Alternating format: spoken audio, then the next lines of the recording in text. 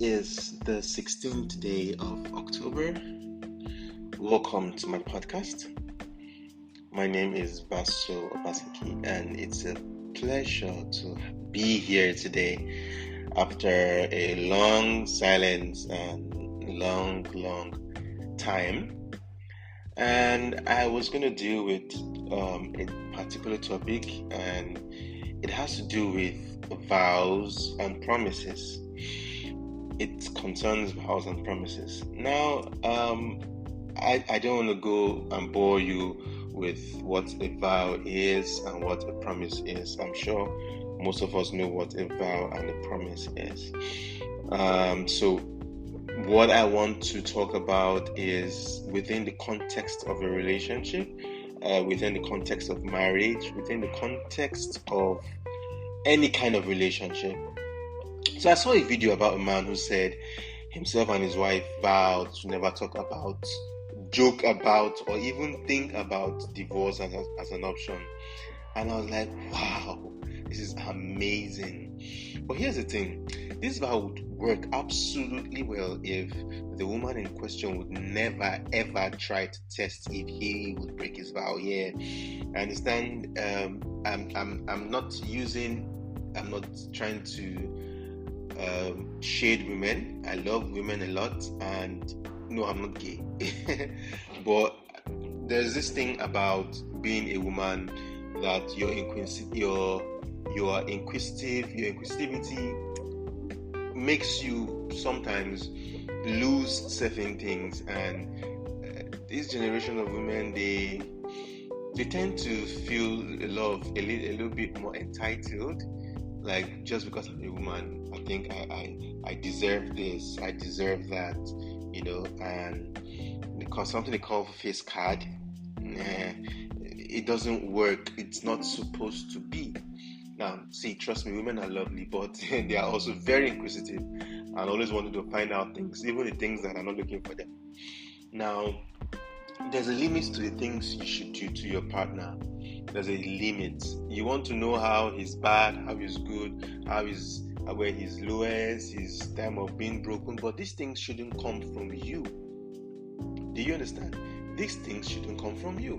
Let the environment outside be the one to test him and be watchful, be his gatekeeper. Don't let him get to the point where he has to be broken first before or get to his extreme end, because he's being bashed from the world and you are on the other hand trying to make life unbearable for him. Come on. The man cannot accommodate so much, and I mean, when a vow is made, there's an expectation that both parties would work on it judiciously.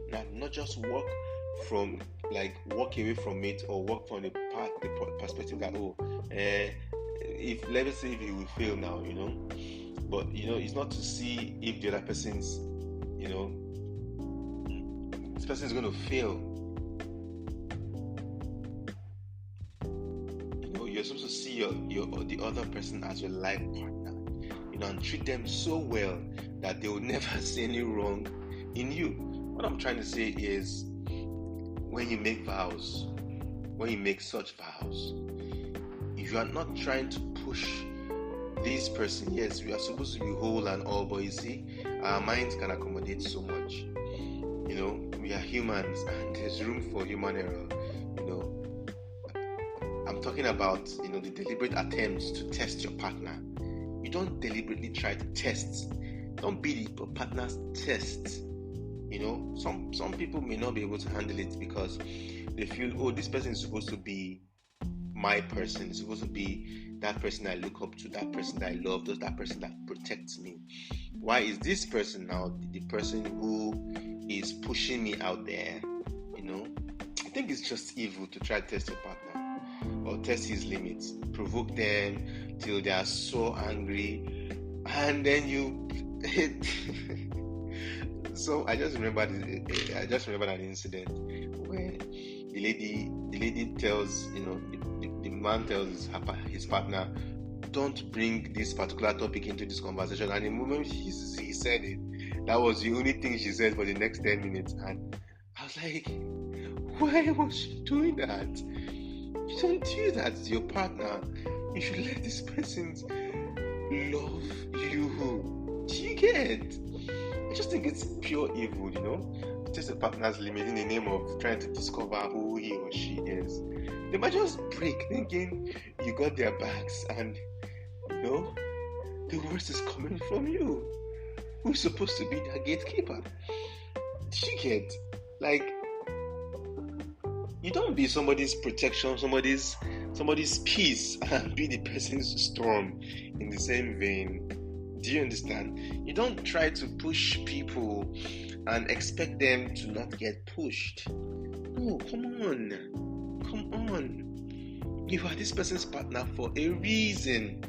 And one of the reasons is you are also the person's protector. Yes, you want to know how a partner relates to being broke. Does not mean you should spend all his money or her money. You want to relate to how a partner relates to, you want to see how a partner relates to being really sad. But you shouldn't be the source of sadness. You should be the person's source of happiness, joy, even if everybody has to be joyful and happy for themselves. You don't test your partner and say, I want to see how far he or she can go. No, don't do that. Don't be the person who is your partner's barrier. Because they might just hate you for it. Honestly, they might just hate you for it and for life. And there is absolutely nothing you can tell that person. You can absolutely tell the person nothing to get the person's trust back, because one, you've broken the trust. And the trust is the trust that you are looking out for me whilst I look out for you. I don't care what role or gender it is. As a man, you look out for your wife. As a woman, you look out for your husband. Two, you are telling the person that you are not capable of being at peace with the person. That's crazy. It's crazy. Anyways, don't be the person that tests your partner's limit. Be the person that extends your partner's limit. Be the person that helps increase the person's elasticity. Be the person that helps the person endure more. Be the person's peace. And I bet you your relationship is going to grow exponentially. Have a wonderful day. I love you so much.